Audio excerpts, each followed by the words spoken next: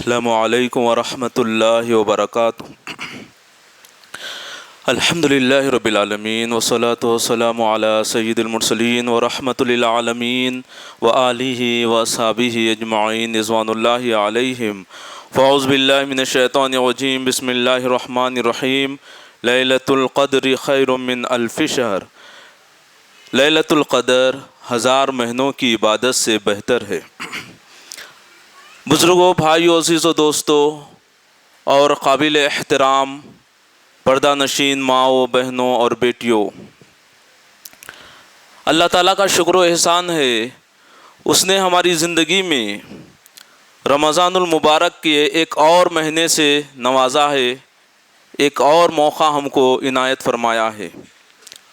رمضان المبارک کا مہینہ رحمتوں، برکتوں اور مغفرتوں کا مہینہ ہے، عظمتوں، رفعتوں اور سعادتوں کا مہینہ ہے، جہنم سے آزادی حاصل کرنے اور جنت میں اپنا مقام بنانے کا مہینہ ہے، صبر اور شکر کا مہینہ ہے، غریبوں کی بھوک و پیاس کو محسوس کرنے کا مہینہ ہے، لوگوں کے ساتھ حسن سلوک کرنے، ہمدردی کرنے، خیر خواہی کرنے، غم گساری کرنے کا مہینہ ہے، تقوی اختیار کرنے کا مہینہ ہے۔ جیسا قرآن مجید میں سورۃ البقرہ میں اللہ تعالیٰ کا ارشاد ہے، لعلکم تتقون، تاکہ تم تقوی اختیار کرو۔ مثال کے طور پہ دوپہر کا وقت ہے، میں اپنے گھر میں تنہا ہوں، شدت کی بھوک و پیاس ہو رہی ہے، میرے گھر میں کھانے کے لیے لوازمات ہے، مشروبات ہے، سب کچھ ہے۔ اب سوال یہ پیدا ہوتا ہے، کون سی چیز ہے جو مجھے تناول طعام سے روک رہی ہے، بھوک مٹانے سے روک رہی ہے، اپنی تشنگی بجھانے سے روک رہی ہے؟ میرا یہ عقیدہ کہ میرا رب مجھے دیکھ رہا ہے، میں اپنے گھر میں تنہا ہونے کے باوجود اور شدت کی بھوک و پیاس ہونے کے باوجود کھانے پینے سے میں پرہیز کر رہا ہوں، رک رہا ہوں، تو کون سی چیز مجھے روک رہی ہے؟ تو میرا یہ عقیدہ کہ میرا رب مجھے دیکھ رہا ہے۔ اگر یہی عقیدہ رمضان المبارک کے علاوہ دوسرے مہینوں میں بھی آ جائے تو پھر زندگی میں ایک سدھار آ جائے گا۔ اگر ہم سب کا اس طرح کا عقیدہ ہو جائے کہ میرا رب مجھے دیکھ رہا ہے تو پھر سارے معاشرے میں ایک سدھار آ جائے گا، ایک انقلاب آ جائے گا۔ تو لعلکم تتقون کہا گیا، اور تقوی کی اسلام میں بہت بڑی اہمیت ہے، بہت بڑی فضیلت ہے۔ اگر میں تقریر کر رہا ہوں، اگر میری تقریر تقوی سے اگر خالی ہو جائے تو یہ تقریر فتنہ فساد برپا کر سکتی ہے، آپس میں لڑا سکتی ہے اگر تقوی نہیں ہے۔ اگر میں کوئی کتاب لکھ رہا ہوں، کوئی مضمون لکھ رہا ہوں اور تقوی سے خالی ہے تو یہ مضمون فتنہ فساد کا باعث بن سکتا ہے۔ تو کوئی بھی کام اگر کر رہے ہیں، اگر تقوی ہے کہ میرا رب مجھے دیکھ رہا ہے، کل مجھے میرے رب کے سامنے حاضر ہونا ہے، اپنے اعمال کا جواب دینا ہے، اگر اس عقیدے کے ساتھ اگر میں کچھ کام کر رہا ہوں تو پھر وہ کام رحمت ہی رحمت ثابت ہوگا، اور اگر یہ چیز نہیں ہے تو پھر یہ چیز میرے لیے اور سارے معاشرے کے لیے زحمت ثابت ہو سکتی ہے۔ منافقین نے رسول اکرم صلی اللہ علیہ وسلم کے دورے میں حیات طیبہ میں ایک مسجد بھی تعمیر کی تھی، جسے قرآن مجید میں مسجد زرار کہا گیا، اور رسول اکرم صلی اللہ علیہ وسلم کو اس کے افتتاح کے لیے دعوت بھی دیے منافقین۔ رسول اکرم صلی اللہ علیہ وسلم ان کی دعوت پر لبیک بھی کہا، ٹھیک ہے۔ آپ نے فرمایا تبوک کی تیاریاں چل رہی ہے، ہم تبوک سے جب واپس آئیں گے تو ضرور آپ کی مسجد میں آئیں گے، وہاں پر نماز ادا کریں گے، امامت کریں گے۔ تو آپ نے ان کی دعوت کو قبول بھی فرمایا، لیکن اللہ تعالیٰ نے وحی کے ذریعے آپ کو اطلاع کر دی، ان منافقین کے اس مسجد بنانے کا مقصد کیا ہے۔ نماز کے اوقات میں تو نماز ادا کی جائیں گی، لیکن بقیہ اوقات میں وہاں پر بیٹھ کر مسلمانوں کی برائیاں بیان کی جائیں گی، مسلمانوں پر تبصرے کیے جائیں گے، مسلمانوں کے خلاف میں سازشیں کیے جائیں گے۔ یہ مقصد تھا، قرآن مجید میں اس مسجد کو مسجد زرار کہا گیا۔ تو رسول اکرم صلی اللہ علیہ وسلم نے فوری اس مسجد کو اٹھا دینے کا حکم دیا۔ تو غرض اسلام نے تقوی پر بہت زیادہ زور دیا ہے کہ تم تقوی اختیار کرو، تقوی اختیار کرو۔ لغوی معنی تقوی کے یہ ہے اپنے نفس کو ہر اس چیز سے بچانا، محفوظ رکھنا جو اس کے لیے نقصان کا باعث بنے۔ نقصان پہنچانے والی ہر چیز سے اپنے نفس کو بچانا، یہ تقوی ہے۔ اور اسلامی اصطلاح میں اللہ تعالیٰ کی جو احکامات ہے اس کے مطابق عمل کرنا اور اللہ تعالیٰ کی حرام کردہ چیزوں سے اپنے آپ کو بچانا، محفوظ رکھنا، یہ تقوی ہے۔ اور تقوی کے اندر اللہ تعالیٰ کا ڈر شامل ہے کہ میرا رب مجھے دیکھ رہا ہے، ایک دن مجھے میرے رب کے سامنے حاضر ہونا ہے، اچھے برے اعمال کا مجھے حساب دینا ہے اور اس کے مطابق فیصلہ ہونے والا ہے جزا و سزا کا۔ تو غرض رمضان المبارک کے ہم آخری عشرے سے گزر رہے ہیں اور بہت سی خصوصیات کا حامل یہ مہینہ ہے۔ جب رمضان المبارک کا مہینہ آتا ہے، یہ حدیث بخاری شریف اور مسلم شریف کی ہے، حضرت ابو ہریرہ رضی اللہ عنہ سے روایت ہے، انہوں نے کہا اللہ کے رسول صلی اللہ علیہ وسلم نے ارشاد فرمایا جب رمضان المبارک کا مہینہ آتا ہے تو جنت کے دروازوں کو کھول دیا جاتا ہے، جہنم کے دروازوں کو بند کر دیا جاتا ہے اور سرکش شیاطین جو ہوتے ہیں انہیں جکڑ دیا جاتا ہے۔ انسان کے لیے آسانیاں اللہ تعالیٰ فراہم کر دیے ہیں، جہنم کے دروازوں کو اللہ تعالیٰ بند کر کے اب یہ کہہ رہے ہیں اے میرے بندو میری طرف آؤ، میری رحمت کی طرف، میری مغفرت کی طرف آؤ، میں تم کو بخش دوں گا، تم پر رحم کروں گا، تم پر کرم کروں گا۔ اب جب شیاطین کو جکڑ دیا گیا تو انسان کا اب مقابلہ صرف ایک چیز سے ہے، وہ نفس امارہ سے ہے۔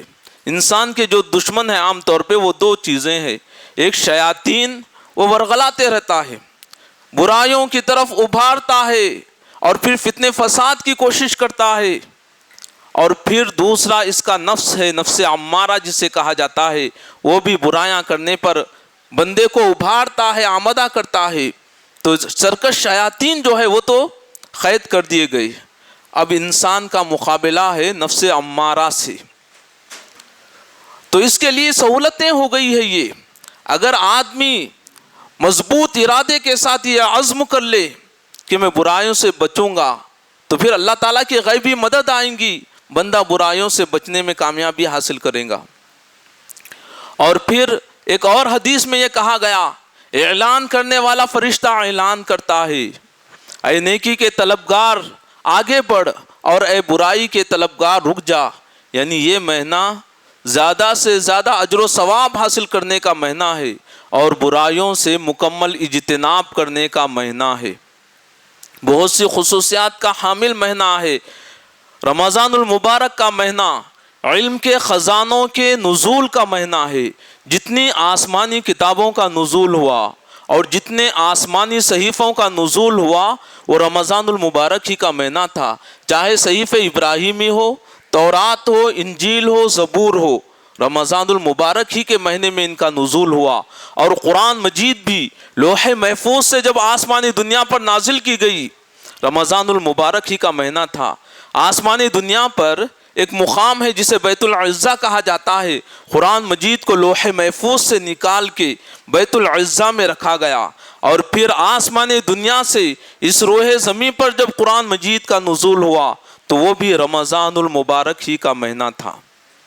سب سے پہلے سورۃ العلق کی ابتدائی 5 آیتوں کا نزول ہوا، اقرأ بسم ربک الذی خلق خلق الانسان من علق اقرأ وربک الاکرم الذی علم بالقلم علم الانسان ما لم یعلم۔ تو قرآن مجید کے نزول کا آغاز اقرا سے ہوا۔ جو قوم تعلیم میں آگے رہتی وہ دنیا کے تمام میدانوں اور شعبوں میں آگے رہتی، جو قوم تعلیم میں پیچھے رہ جاتی وہ دنیا کے تمام میدانوں اور شعبوں میں پیچھے رہ جاتی، غلامی اور ذلت اس کا مقدر بن جاتے ہیں۔ ہر دور میں ہر انسان نے علم کی اہمیت کا اعتراف کیا ہے، اس کی ضرورت کا، اس کی اہمیت کا، اس کے مرتبے مقام کا اعتراف کیا ہے، اس کا احساس کیا ہے۔ تو علم کے خزانوں کے نزول کا مہینہ ہے. اور پھر قرآن مجید 23 سالہ دور نبوت میں وقفے سے اس کا نزول ہوتے رہا، یہاں تک کہ 23 سال میں قرآن مجید مکمل طور سے نازل کر دیا گیا ہے. کعب بن عجرہ رضی اللہ عنہ سے روایت ہے، انہوں نے کہا رسول اکرم صلی اللہ علیہ وسلم ممبر کی پہلی سیڑھی پر آپ نے قدم رکھا، فرمایا آمین. ممبر کی دوسری سیڑھی پر آپ نے قدم رکھا، فرمایا آمین. ممبر کی تیسری سیڑھی پر قدم رکھا، آپ نے فرمایا آمین. جب رسول اکرم صلی اللہ علیہ وسلم نے ممبر کو رونق افروز فرمانے کے بعد جب فرش کو زینت بخشا یعنی نیچے تشریف لائے، صحابہ کرام نے سوال کیا اے اللہ کے رسول صلی اللہ علیہ وسلم، آج ہم نے ایک ایسی بات آپ سے سنی ہے جو اس سے پہلے کبھی نہیں سنی. تو رسول اکرم صلی اللہ علیہ وسلم نے فرمایا جب میں ممبر کی پہلی سیڑھی پر قدم رکھا، جبرائیل علیہ السلام نے کہا اس شخص پر لعنت ہو، پھٹکار ہو جو رمضان المبارک کا مہینہ پائے اور اپنے گناہوں سے مغفرت حاصل نہ کر سکے. اس پر میں نے کہا آمین. جب ممبر کی دوسری سیڑھی پر قدم رکھا، جبرائیل علیہ السلام نے کہا اس شخص کے لیے لعنت ہو، پھٹکار ہو جس کے سامنے آپ صلی اللہ علیہ وسلم کا نام نامی اسم گرامی آئے، آپ کا ذکر ہو اور پھر اس نے آپ صلی اللہ علیہ وسلم پر درود نہ بھیجے. میں نے اس پر کہا آمین. ممبر کی تیسری سیڑھی پر قدم رکھا، جبرائیل علیہ السلام نے کہا اس شخص کے لیے لعنت ہو جو اپنے ماں باپ کو بڑھاپے کی حالت میں پائے، ان دونوں کو یا ان دونوں میں سے ایک کو، اور ان کی خدمت کر کے جنت حاصل نہ کر سکے. اس پر میں نے کہا آمین. 3 قسم کے بد نصیب ہے جن پر جبرائیل علیہ السلام فرشتوں کے سردار نے لعنت بھیجی اور رسولوں کے سردار محمد رسول اللہ صلی اللہ علیہ وسلم نے آمین فرمایا. تو ان بد نصیبوں میں سے ایک بد نصیب وہ ہے جو رمضان المبارک کا مہینہ پائے اور اپنے گناہوں سے مغفرت حاصل نہ کر سکے. تو بندہ کم سے کم اپنے رب کا ذکر و اذکار کر کے، توبہ استغفار کر کے اپنے رب کو منوا سکتا ہے. تو یہ توبہ استغفار کرنے کا ایک بہترین موقع ہے. اللہ تعالیٰ جہنم کے دروازوں کو بند کر کے اپنے بندوں کو بلا رہے ہیں کہ اے میرے بندو آؤ میری طرف، میری مغفرت کی طرف آؤ. تو ہمیں چاہیے کہ ہم اپنے رب کو راضی کرنے کی پوری کوشش کریں گے، پوری جستجو کریں گے، روئیں گے، گڑ گڑائیں گے اور اپنے رب کو منوانے کی کوشش کریں گے. توبہ استغفار، جو لوگ کثرت سے توبہ استغفار کرتے ہیں یہ اللہ تعالیٰ کے محبوب اور مقرب بندے ہیں. اسلام نے ہمیں توبہ استغفار کرنے، رب کے سامنے عاجزی و انکساری کرنے اس طرح کی تعلیمات دی ہے. فرعونیت ہم کو نہیں سکھایا گیا کہ تم اپنے آپ کو سب سے بڑا سمجھو، سب سے بڑا ہونے کا دعویٰ کرو، اپنے آپ کو نمرود کی طرح دعوے کرو، خدائی دعوے کرو. نہیں، اس روئے زمین پر ایسے لوگ آئے ہیں، تاریخ کے صفحے قرطاس پر ہمیں ایسے لوگ ملتے ہیں جنہوں نے اللہ تعالیٰ کی شان میں گستاخیاں کی، زبان درازیاں کی، قدرت کے مقابلے میں بڑی باتیں کہی. کسی نے کہا من اشد منا قوہ، قوت میں، طاقت میں ہم سے زیادہ سخت کون ہے. کسی نے جنت بنانے کا حکم دے دیا، جنت میں کیا ہے، یہ نعمتیں ہیں، ٹھیک ہے بناؤ ایسی جنت، میں بھی بنا سکتا ہوں جنت. تو کسی نے انا ربکم الاعلی ہی کہہ دیا، میں ہی تمہارا سب سے بڑا پروردگار ہوں. اللہ تعالیٰ نے ان کے غرور کو، ان کے گھمنڈ کو، ان کے تکبر کو خاک میں ملا دیا. ان کی ہستیوں کو صفحے ہستی سے حرف غلط کی طرح مٹا دیا. اللہ تعالیٰ نے ان کے قلعوں کو، ان کے کھنڈرات کو، ان کے محلات کو، ان کی بستیوں کو نشان عبرت بنا دیا. جس قوم پر اللہ کا عذاب آیا، اللہ تعالیٰ نے بطور عبرت کے، نشان عبرت کے ان کو رکھا ہے کہ اے میرے بندو گھومو پھرو، دیکھو یہ بڑی قومیں تھی، بڑے بادشاہ تھے، بڑے دولت مند تھے. انہوں نے جب اللہ تعالیٰ کے ساتھ بغاوت کی، بڑی باتیں کہی، زبان درازیاں کی، تو پھر ان کا انجام کیسا ہو گیا دیکھو. قارون یہ کہتا تھا یہ جو خزانے کمایا ہوں میں اپنی عقل کی وجہ سے کمایا ہوں. قارون ہلاک شد کے چہل خانہ گنجے داش. 40 خزانے رکھنے والا قارون ہلاک ہوا. جب اللہ تعالیٰ نے زمین میں اس کو دھسا رہا تھا تو وہ کہہ رہا تھا میرے خزانے میرے خزانے. اللہ تعالیٰ نے قارون کو اس کے خزانوں کے ساتھ زمین میں دھسا دیا. تو میرے بھائیوں، رسول اکرم صلی اللہ علیہ وسلم کثرت سے اللہ تعالیٰ کی عبادت کرتے تھے، کثرت سے اللہ تعالیٰ کا ذکر و اذکار کرتے تھے، توبہ استغفار کرتے تھے. صحابہ کرام گنتے تھے محفلوں میں بیٹھ کر کہ رسول اکرم صلی اللہ علیہ وسلم کتنے مرتبہ استغفر اللہ کہہ رہے ہیں. تو کثرت سے توبہ استغفار آپ فرماتے. صحابہ نوٹ کرتے تھے، بعض محفلوں میں 100 مرتبہ آپ نے یہ محفل میں نوٹ توبہ استغفار کیا ہے. صحابہ اس طرح کی نشاندہی کی ہے. 100 مرتبہ آپ نے توبہ استغفار کی. یہ محفل میں آپ نے ایسا مسکرایا، مسکرانے کا ایسا انداز تھا. رسول اکرم صلی اللہ علیہ وسلم یہ موقع پر آپ اشکبار ہو گئے، آپ کے آنکھوں سے آنسو نکل گئے. تو صحابہ نے ایک ایک چیز کو نوٹ کیا ہے اور ہم کو یہی سکھایا گیا ہے اور یہی حکمت و دانائی ہے کہ کثرت سے توبہ استغفار کرے. بندے سے بہت گناہ ایسے بھی ہو جاتے ہیں اس کو محسوس تک نہیں ہوتا. بیٹھے بیٹھے کسی کی غیبت کر دیتا ہے، بیٹھے بیٹھے کسی کی دل آزاری کر دیتا ہے، تھوڑا غصے میں آتا ہے تو پھر احسان جتانا شروع کر دیتا ہے. وہ وقت بھول گئے تمہارے پاس کھانے کے لیے کھانا نہیں تھا، ہم نے تمہارے کھانے کا انتظام کیا. پہننے کے لیے کپڑے نہیں تھے، ہم نے تمہارے کپڑوں کا انتظام کیا. تم کیا ہمارے سامنے بڑی باتیں کر رہے ہو؟ ایسا. تو میرے بھائیوں، قرآن مجید میں یہ کہا گیا سورۃ البقرہ میں کہ تم احسان جتا کر اپنے اعمال کو برباد مت کر لو.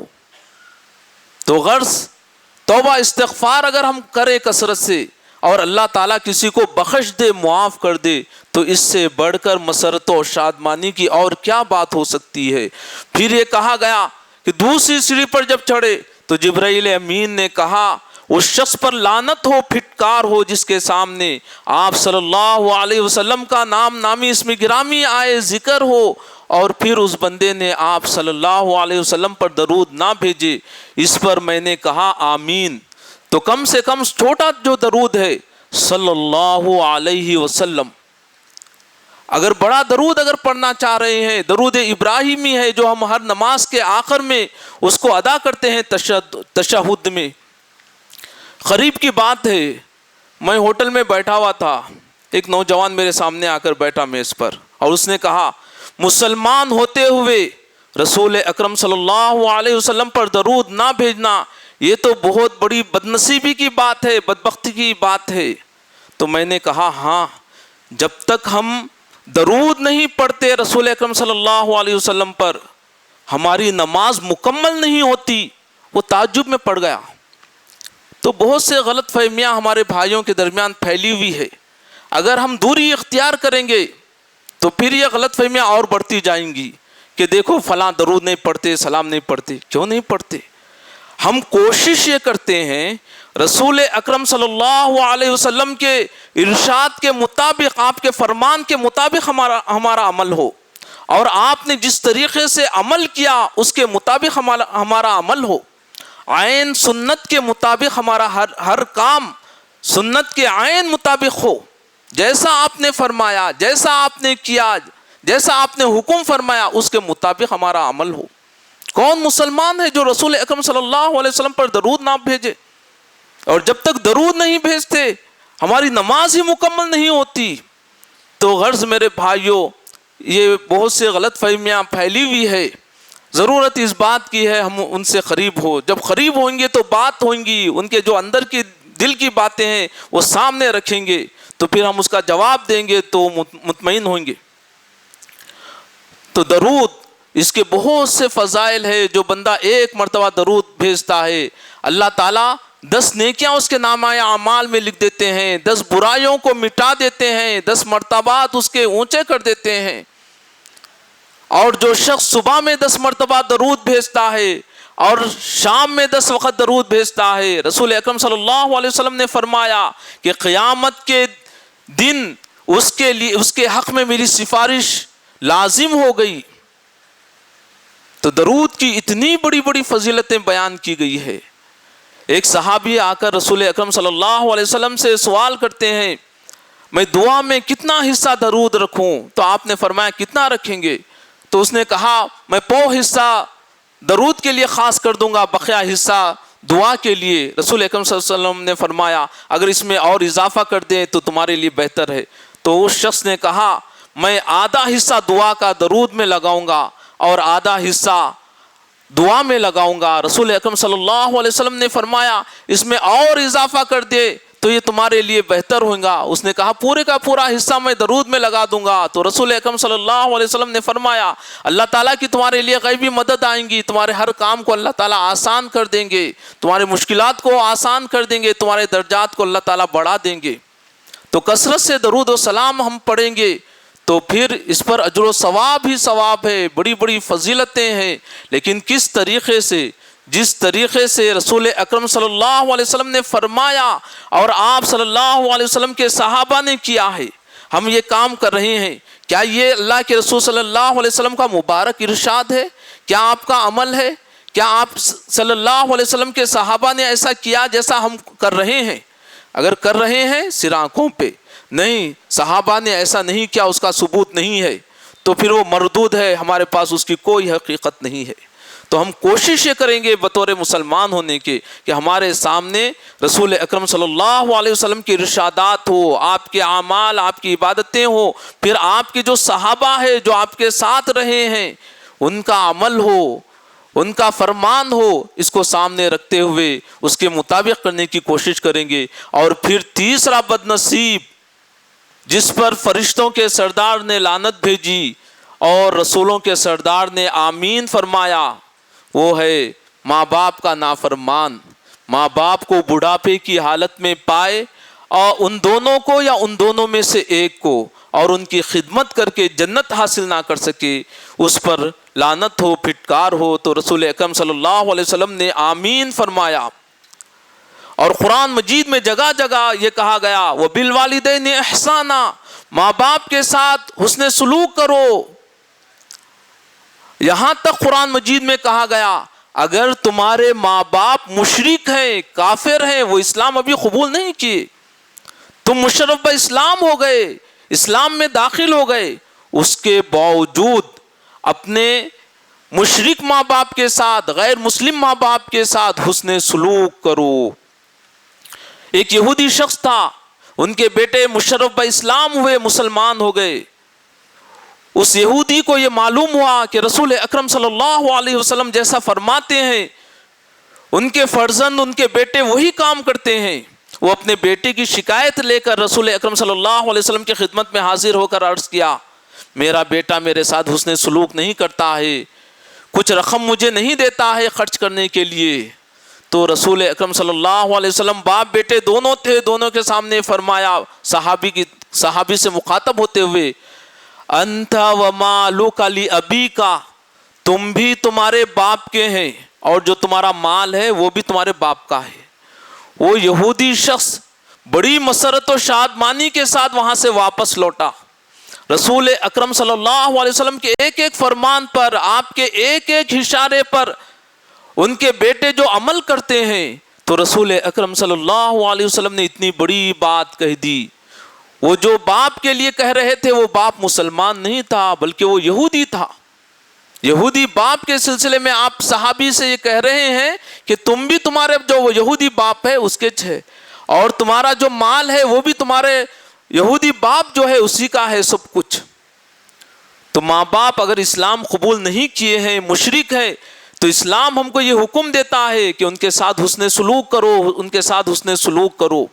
اور اتنا بڑا اجر و ثواب بتایا گیا۔ مسلم شریف کی حدیث ہے، رسول اکرم صلی اللہ علیہ وسلم نے ارشاد فرمایا اگر فرما بردار اولاد اپنے ماں باپ پر شفقت کی ایک نظر ڈالتی ہے کہ یہ میرے ماں باپ ہے، تو اللہ تعالیٰ اس کے نامہ اعمال میں ایک حج مبرور کا اجر و ثواب لکھ دیتے ہیں۔ تو صحابہ کرام نے فوری سوال کیا اے اللہ کے رسول صلی اللہ علیہ وسلم آپ بتائیے اگر فرما بردار اولاد اپنے ماں باپ پر دن میں 100 مرتبہ شفقت کی نظریں ڈالے، محبت کی و مودت کی نظریں ڈالے، تو رسول اکرم صلی اللہ علیہ وسلم نے اس کے جواب میں فرمایا نعم واللہ اکبر و اطیب، ہاں اللہ بہت بڑا اور بہت پاکیزہ ہے۔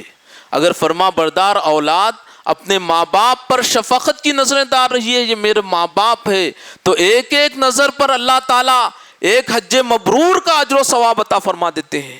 اگر کوئی ان کے ساتھ حسن سلوک کر رہے ہیں، ان کی خدمت کر رہے ہیں، قولاً کریمہ کا لفظ ہے، شریفانہ بات چیت کرو، اپنی مصروفیات میں سے وقت نکال کے ماں باپ کے ساتھ بیٹھیں گے، بات چیت کریں گے، کیسی بات چیت؟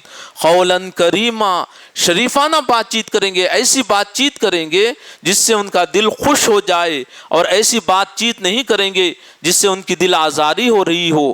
آج ہم اپنے معاشرے میں دیکھتے ہیں کہ اولاد اپنے ماں باپ سے بات کرتی ہے تو اس انداز سے بات کرتی ہے گویا سانپ بچھو ہیں جنہیں پال کر پرورش کر کے جوان کر دیے ہیں، زبان کھول رہے ہیں تو گویا ڈنک مار رہے ہیں، اس طرح ان کی بات چیت کا انداز ہوتا ہے۔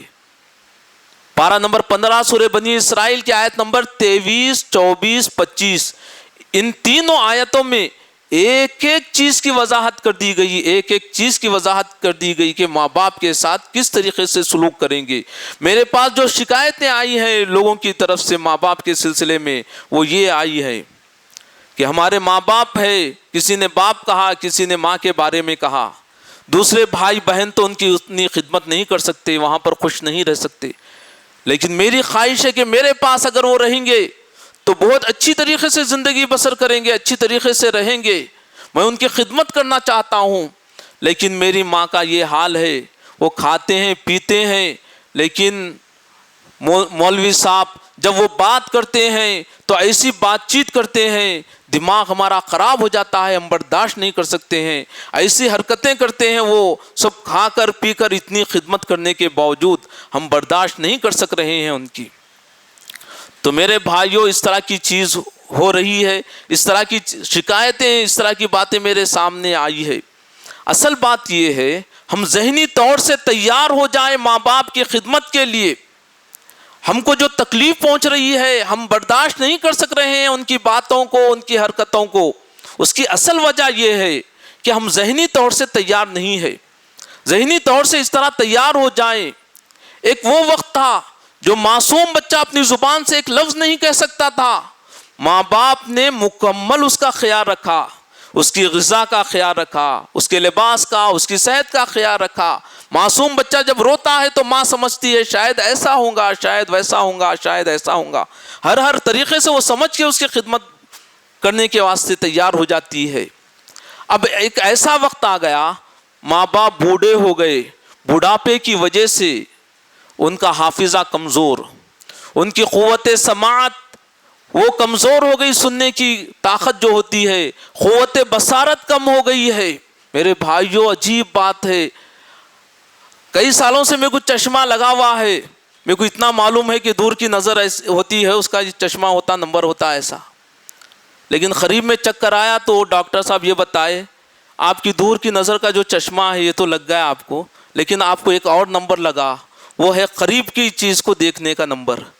میں تعجب کرا کہ دو بھی نمبر ایک اینک میں ہو سکتے ہیں، تو پھر انہوں نے کہا کہ ایک اینک میں بھی ہو سکتے ہیں، الگ الگ بھی اینک بنا سکتے ہیں، تو ایک دور کی نظر کا نمبر اور ایک قریب کی نظر کا نمبر۔ تو میرے بھائیوں، غرض ابھی تو ہم اتنے بوڑھے نہیں ہوئے ہوئے شاید، مگر ویسا بوڑھے بھی نہیں کہہ سکتے، اب تو نانا بھی بنے ہوئے ماشاءاللہ، بچیوں کے یعنی شادیاں بھی ہو گئے میرے ماشاءاللہ، بچے بڑے بھی ہو گئے، تو غرض تو اس طرح کی چیزیں بھی ہے، دور کا آنکھوں کے دور کے چشمے کے نمبر اور قریب کے آنکھوں کا نمبر چشمے کے لیے، دو نمبر۔ تو میرے بھائیوں، جب ماں باپ بوڑھے ہو جاتے ہیں تو پھر قوت جو بصارت ہوتی ہے، آنکھ کی دیکھنے کی قوت، اس میں فرق آ جاتا ہے، حافظے میں فرق آ جاتا ہے، اور پھر ان کے قوت سماعت میں، سننے کی قوت میں فرق آ جاتا ہے، اور پھر بڑھاپے کی وجہ سے چڑچڑاپن بڑھ جاتا ہے۔ اگر کوئی ایک حرکت ان کی مرضی کے خلاف ہو جائے، یا کوئی ایک بات ان کی مرضی کے خلاف ہو جائے ماں باپ کی، اس کو برداشت نہیں کرتے۔ کیوں برداشت نہیں کر رہے؟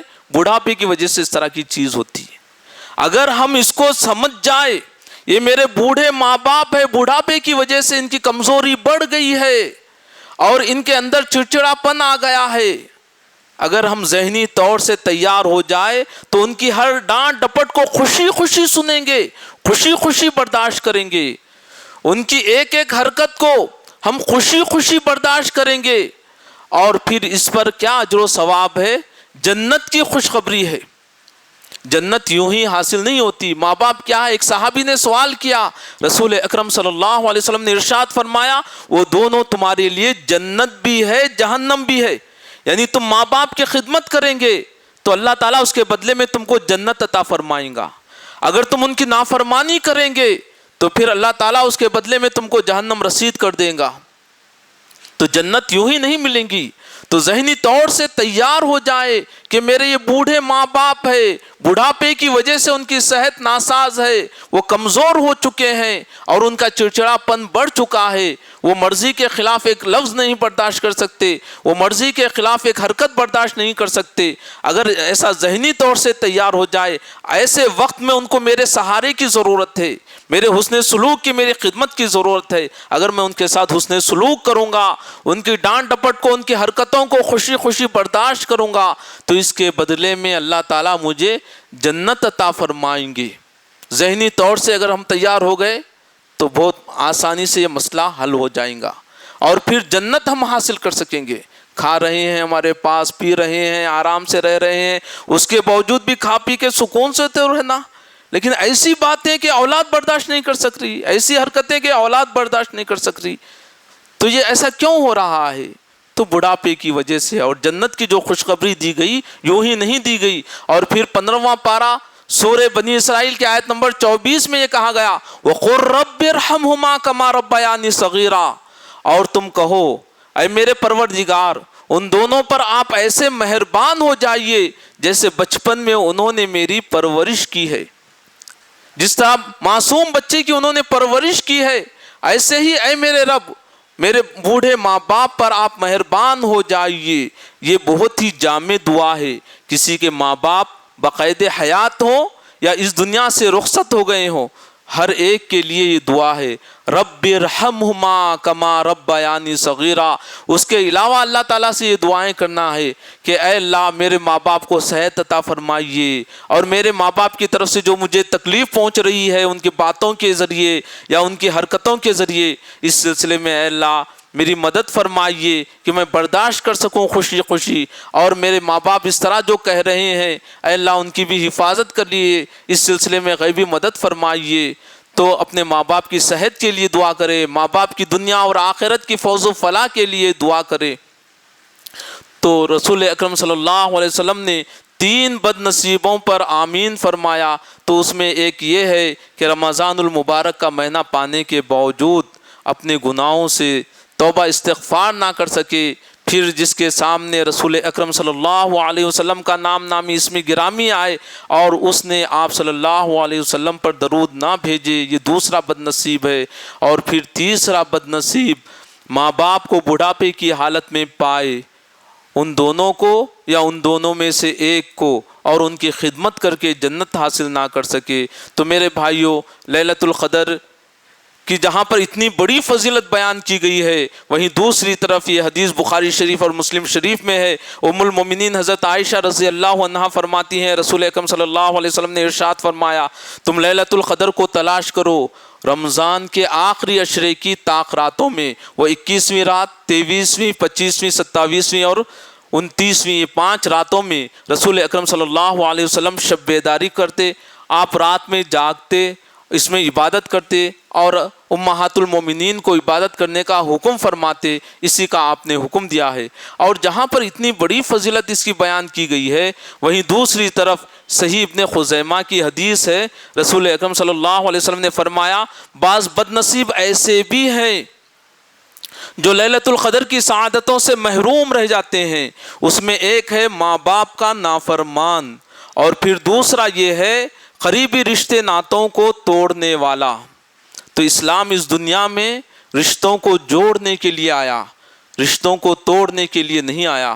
رشتوں کو جوڑے رکھنا یہ بہت ہی اہم ہے، رشتہ داروں کے ناز نخروں کو برداشت کرنا، ان کی غلطیوں کو نظر انداز کرنا، ان کے ساتھ حسن سلوک کرنا، یہ بہت اہم ہے اور اسلام اسی کا حکم دیتا ہے۔ اور رشتوں کو توڑ لینا یہ تو بہت آسان ہے، فلاں موقع پر انہوں نے ایسا کیا تھا، فلاں موقع پر انہوں نے ایسا کہہ دیا تھا ہم کو، ایسا کہنے کے بعد اب رشتہ باقی رہا نہیں رہا، رشتہ اب ہمیشہ ہمیشہ کے لیے رشتہ برخاست۔ تو رشتوں کو برخاست کرنے کے لیے چھوٹے بڑے بہانے بنا کر رشتوں کو توڑ لینا بہت آسان ہے، لیکن اسلام ہم کو جو تعلیم دیتا ہے وہ یہ ہے کہ رشتوں کو جوڑے رکھنا۔ بخاری شریف کی یہ حدیث ہے، رسول اکرم صلی اللہ علیہ وسلم نے ارشاد فرمایا، لا يدخل الجنت قاطع رحم، رشتوں کو توڑنے والا جنت میں داخل نہیں ہوگا۔ اسی پر بس کرتا ہوں، اللہ تعالیٰ سے دعا کرتا ہوں جب تک رکھے اللہ اسلام پر رکھے، ایمان و استقامت کے ساتھ رکھے، جب خاتمہ ہو خاتمہ بالخیر عطا فرمائے۔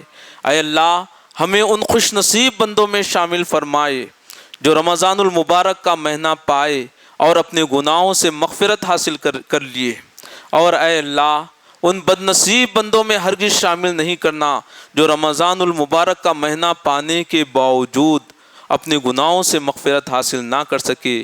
ربنا آتنا فی الدنیا حسنۃ وفی الآخرۃ حسنۃ وقنا عذاب النار، رب ارحمہما کما ربیانی صغیرا، ربنا هب لنا من ازواجنا وذرياتنا قرة اعين واجعلنا للمتقين اماما۔ اللهم اعز الاسلام والمسلمين، اللهم اعز الاسلام والمسلمين، اللهم اعز الاسلام والمسلمين، آمین ثم آمین۔ سبحان ربک رب العزة عما يصفون وسلام علی المرسلین والحمد للہ رب العالمین۔